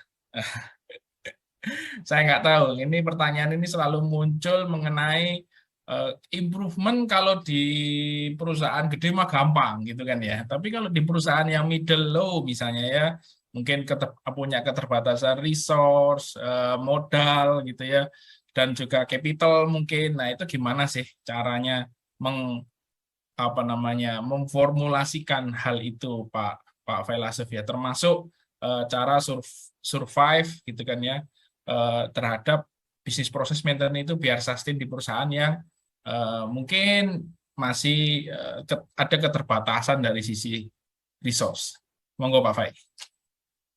Oke, terima kasih Pak Tommy. Itu ya, memang tantangannya begitu ya. Tidak, kita punya knowledge, kita punya visi, keinginan, tapi realitinya kadang-kadang belum sama gitu ya. Gitu ya Pak Tommy yang jadi masalah. Dan memang kita akhirnya harus menentukan the most effective ways bagaimana kita mengkondisikan semua resource yang ada. Ujungnya kan begitu ya. Ujungnya kan begitu. Jadi Nah, saya di podcast saya juga saya nyebutin bahwa memang dari level-level evolusi maintenance strategi ini memang ya harus dari awal tadi yang saya kasih siklus PDCA itu menjadi fundamental, preventif, itu harus benar-benar dijagain. Kemudian mungkin naik ke next level lagi manakala semua resource-nya sudah mulai muncul, mulai stable gitu ya. Mungkin condition based gitu.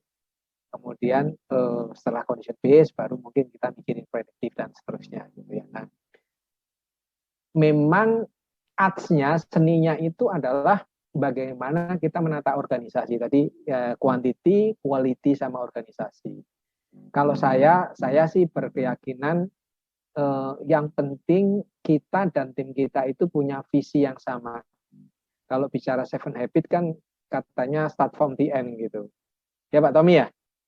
Start from the end itu sebetulnya kan bagaimana menyatukan visi. Bagaimana visi kita, endingnya kita mau kayak apa. Tadi disampaikan oleh Pak Widi, world class gitu. World class itu ya ada SCM, ada dan lain-lain gitu ya. Itu menurut saya harus clear di seorang pemimpin gitu. Harus clear where we are wanna go gitu kan. Itu harus clear. Bahwa kita mau kemana itu harus clear. Dan ujungnya kemana gitu. Oh saya mau ke Bandung habis di Bandung mau ngopi di jalan yang di Bandung yang itu apa namanya Panjava itu ya yang terkenal lah gitu ya. Saya jarang ke Bandung. Tapi harus jelas bahwa oke, kita punya visi ke sana, kita punya journey ke sana. Nah setelah itu kita juga punya gambaran milestone-nya akan seperti apa. Itu penting ya kan, karena stepping every step ya ibarat tangga, kita nggak mungkin tangganya ada yang bolong 1-2 kita mau langsung naik, itu agak susah juga. Bagaimana kalau kita ngebayangin tangga manual itu ada 3-4 tangga yang hilang kan, kaki kita juga mau naik susah kan. Jadi memang harus benar-benar kita tahu. Nah tadi milestone-nya menurut saya harus tergambar.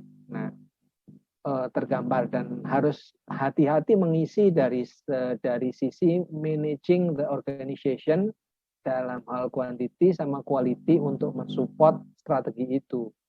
Ya, saya kasih gambaran gini deh. Yang menurut saya kalau preventive maintenance teman-teman perusahaan kecil besar harus jalan. Kalau enggak susah lah gitu ya. Itu harus jalan dan mungkin fundamentalnya itu nggak boleh nggak boleh enggak. Perusahaan sekecil apapun kalau yang preventif ini nggak jalan pasti bubar lah gitu kira-kira. Kalau reaktif terus sudah zaman dulu tuh, zaman logging lah, itu udah jauh dari sana lah. Nah sebetulnya itu harus jalan. Nah pertanyaannya condition based sama predictive dan seterusnya ini mau step-nya kayak apa, itu yang mungkin kita harus pikirkan ya, harus pastikan. Nah kalau saya tadi ngomong yang jelas, visinya harus jelas, milestone-nya harus jelas, konsepnya harus jelas. Nah, kita tinggal mikir bagaimana mendevelop satu orangnya yang punya visi sama. Kemudian punya kompetensi sama, baru nanti kalau punya uang, ya disupport oleh sistem. Ya, gitu ya kira-kira. Jadi, kalau saya dulu misalnya condition based atau predictive maintenance, karena belum punya sistem ya udah, yang penting plan engineer-nya diajarin bagaimana konsepnya, bagaimana cara manage-nya, walaupun do manually gitu, kayak Excel misalnya gitu ya. Kan gitu ya, yang penting kita udah punya visi yang jauh, kemudian kita bisa melakukan step by step dengan resource yang ada, dan itu kita lakukan. Sementara ya do manually by Excel yang gini, tapi logiknya kita omongin, kita ajarin bagaimana pengaruhnya misalnya cooling system itu terhadap lifetime engine dan lain-lain gitu. Misalnya di transmisi mungkin ada ada sleep, kemudian ada juga modulating time, itu pengaruhnya gimana, cara analisisnya gimana, kita kasih tahu gitu. Mungkin jawaban sekilasnya itu kali Pak Tommy ya. Jadi memang kita harus menurut saya ya tangganya harus jelas, preventif duduk dulu. Nah sekarang condition based kan taking the data itu kan, taking the data itu kan juga harus benar. Kalau taking the data itu yang nggak akurat, jadi gigolo juga kan, garbage in garbage out, low output juga jadi gigolo juga.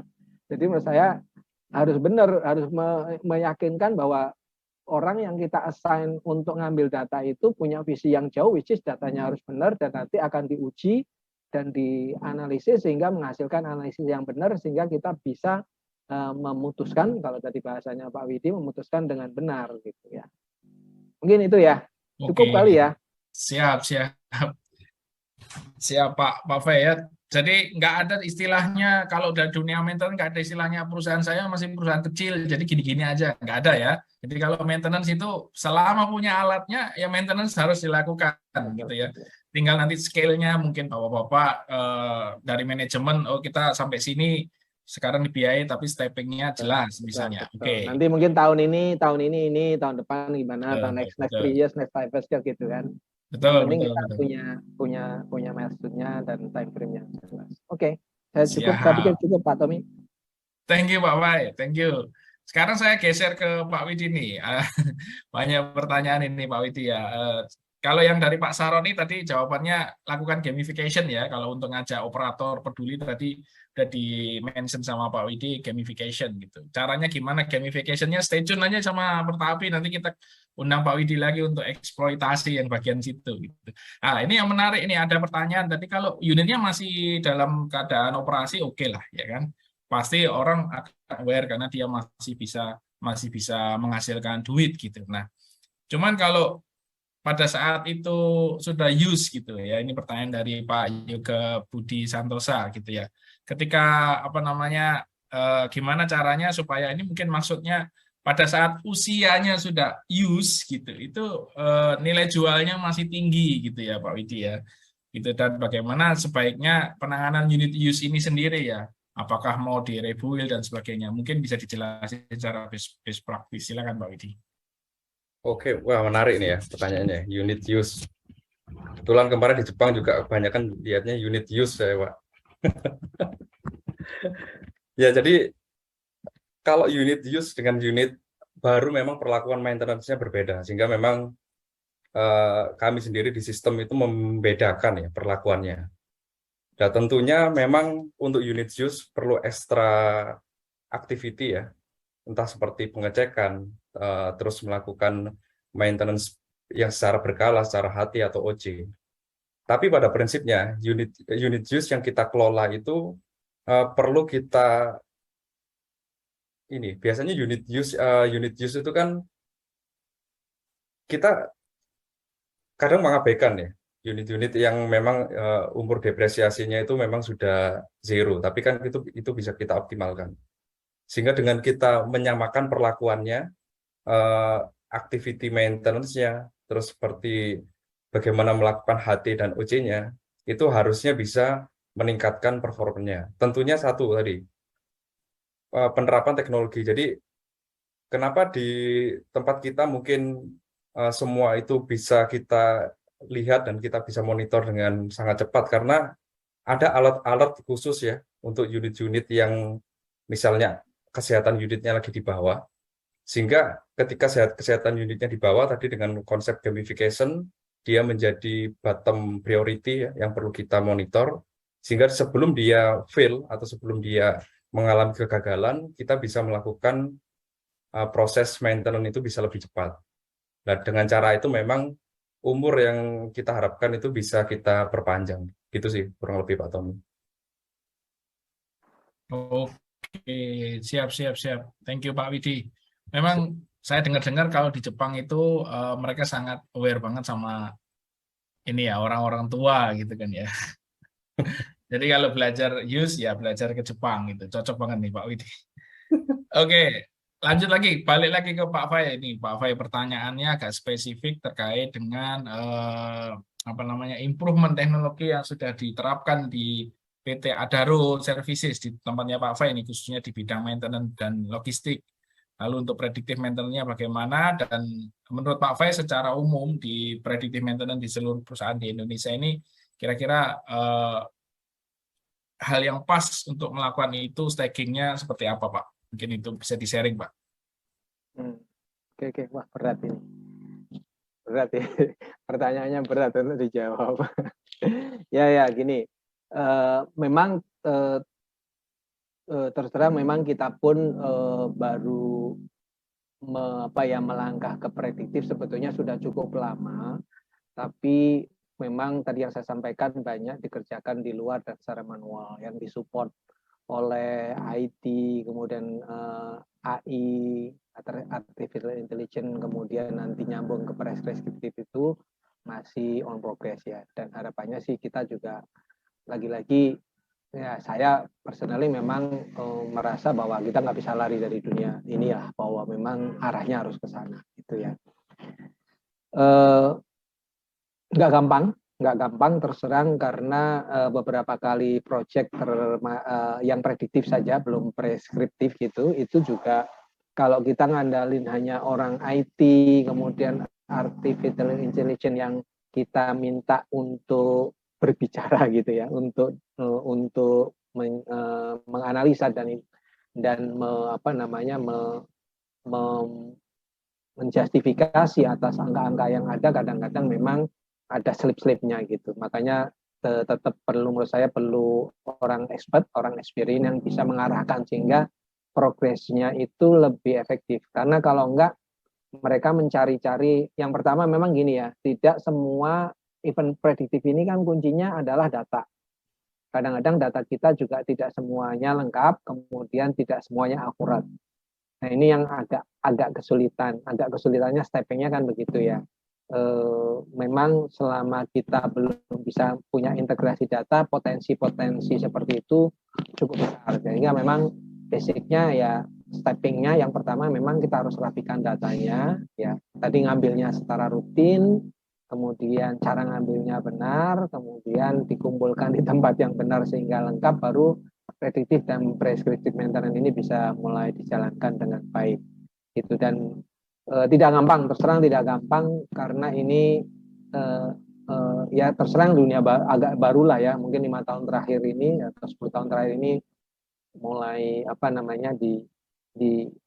dikembangkan, dan mungkin beberapa kayak Pama memang udah lebih advance gitu ya, beberapa lebih duluan, sehingga mungkin maturity dari datanya lebih lengkap lah ya. Mungkin gitu kayak kira-kira ya Pak Tommy ya. Jadi memang tantangannya adalah lagi-lagi harus ngambil data secara benar, rutin, dan bagaimana managing datanya supaya itu terkumpul dengan baik. Ya itu dulu fundamentalnya, menurut saya harus benar-benar firm ya. Itu kali Pak Tommy jawaban dari saya. Terima kasih. Oke, terima kasih Pak Fai. Jadi memang lagi proses ya Pak di sana Pak ya. Nah, pertanyaan berikutnya ini ke Pak Widi lagi nih. Agak spesifik, mungkin nanti dijelasin ya. Tadi di slide juga sudah ada steppingnya, bisa diulang dengan sedikit contoh best practice. Untuk mendevelop RCM mohon diberikan langkah-langkah yang harus disiapin terlebih dahulu gitu ya. Kalau dari matrik kan kelihatan bawah dulu baru ke atas gitu ya. Secara best practice-nya gimana mungkin Pak Widi? Apakah kita bisa langsung lompat gitu kan ya? Atau harus exact dari bawah dulu gitu, nggak boleh lompat gitu. Silakan Pak Widi untuk RCM. Oke, makasih Pak Tommy. Wah, untuk RCM ya, ceritanya panjang sih kalau RCM ya. Tapi singkatnya gini ya, reliability center maintenance itu ada panduannya ya. Kalau mungkin Bapak ingin mempelajari lebih dalam, itu buku RCM versi 2 ya, bukunya John Mowbray. Nah, jadi di RCM versi 2 John Mowbray itu sudah mengadopsi standar RCM JA SAE JA 1011. Jadi SAE JA 1011 itu merupakan standar internasional ketika kita ingin mengimplementasikan RCM, Reliability Center Maintenance. Di mana RCM ini secara sederhana itu ada 7 langkah yang perlu kita harus bisa jawab, dan itu nggak boleh dilewati, Pak. Harus step by step-nya itu harus diikuti. Pertama, misalnya tadi yang saya jelaskan, kita harus bisa mengidentifikasi fungsi dari aset yang kita kelola. Karena secara definisi gini, Reliability Center Maintenance, secara definisi SAE JA 1011 adalah RCM itu digunakan untuk bisa menentukan tipe maintenance yang tepat seperti apa. Bergantung terhadap standar dan fungsi yang diinginkan oleh usernya, oleh pemakainya. Makanya tadi saya sampaikan, bisa jadi tempat Pama atau mungkin tempatnya Pak Fai di Adaro, pengelolaan atau memandang suatu aset itu berbeda. Nah, itu perlu kita putuskan terhadap 7 langkah pertanyaan yang harus dijawab. Dari mendefinisikan fungsi, terus mendefinisikan functional failure-nya seperti apa, terus bisa kita harus definisikan functional failure cost-nya seperti apa, terus ketika aset ini gagal ini efek of failure-nya berakibat seperti apa, dampaknya seperti apa, keluar cost berapa, terus konsekuensinya seperti apa, sampai kita memutuskan dua langkah terakhir di langkah 7 dan langkah 6 dan langkah 7. Preventive action-nya apa dan backup plan-nya seperti apa. Apakah dilakukan on condition, hard time, condition monitoring, apakah perlu dilakukan redesign terhadap asetnya, ataukah perlu juga dilakukan run to failure. Run to failure itu juga bagian dari proses RCM. Jadi keputusan-keputusan RCM itu harus step by step, seperti itu sih Pak Tommy. Mungkinlah kalau ada kesempatan lain waktu bisa sharing itu. Siap. Ini udah langsung saya catat ini. Pak Widi minta waktunya nanti gitu ya, karena sepertinya tema-tema RCM ini sangat menarik bagi teman-teman tadi ya, baik yang tersirat maupun tersurat gitu ya. Ada yang langsung tanya, ada yang juga dengan pertanyaan yang berbeda. Jadi kesimpulannya adalah untuk ngelakuin RCM memang ada steppingnya, ada urutannya, dan itu tidak boleh dilompatin gitu ya. Tetapi ada poin-poin yang memang sangat kondisional banget tergantung dengan perusahaannya. Seperti itu. Nah, untuk ketika Bapak ingin mengimplementasikan itu di tempatnya, maka harus diketahui dulu nih, apa namanya, kalau bahasanya prerequisite-nya gimana, dulu kondisinya gimana di tempat Bapak masing-masing. Nah, ini terakhir ini ya, karena menarik, karena untuk alat berat itu kan pasti harus disupport sama distributor ini, gitu kan ya. Bicara, apalagi ketika kita sudah mulai mencoba mau extended live atau mungkin kalau bahasanya itu prolong komponen live gitu-gitu, tapi di sisi yang lain tidak ada backup sistem di belakang di mana distributor peralatan spare part